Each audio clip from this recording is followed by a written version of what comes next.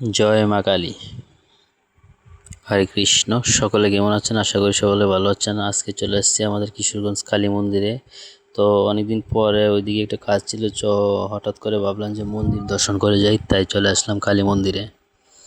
তো হঠাৎ এসেই আগে ভোলে বাবার দর্শন নিলাম, তারপরে কালী মার দর্শন নিলাম, এরপরে মহাপ্রভুর দর্শন নিলাম। তারপর মন্দিরটা ঘুরে দেখলাম, নতুন মন্দির হচ্ছে, মন্দিরের চূড়াটা দেখলাম অনেকটাই সুন্দর হয়েছে। আধুনিক স্টাইলে মন্দিরটা নতুন করে গড়া হচ্ছে। আসলে দেখতে খুবই ভালো লাগছে। কিশোরগঞ্জের মধ্যে এইরকম একটা মন্দির মডেল মন্দিরের মতো লাগছে। তো দেখে আমার কাছে আসলে খুবই ভালো লাগছে। হরে কৃষ্ণ, রাধে রাধে।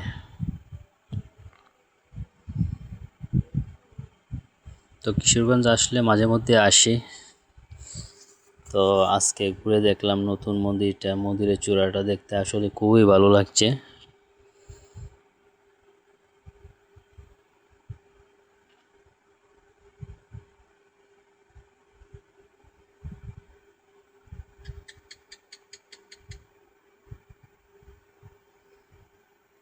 নতুন মন্দির এখনও কমপ্লিট হয়নি, তো আপনারা আসবেন, দেখে যাবেন।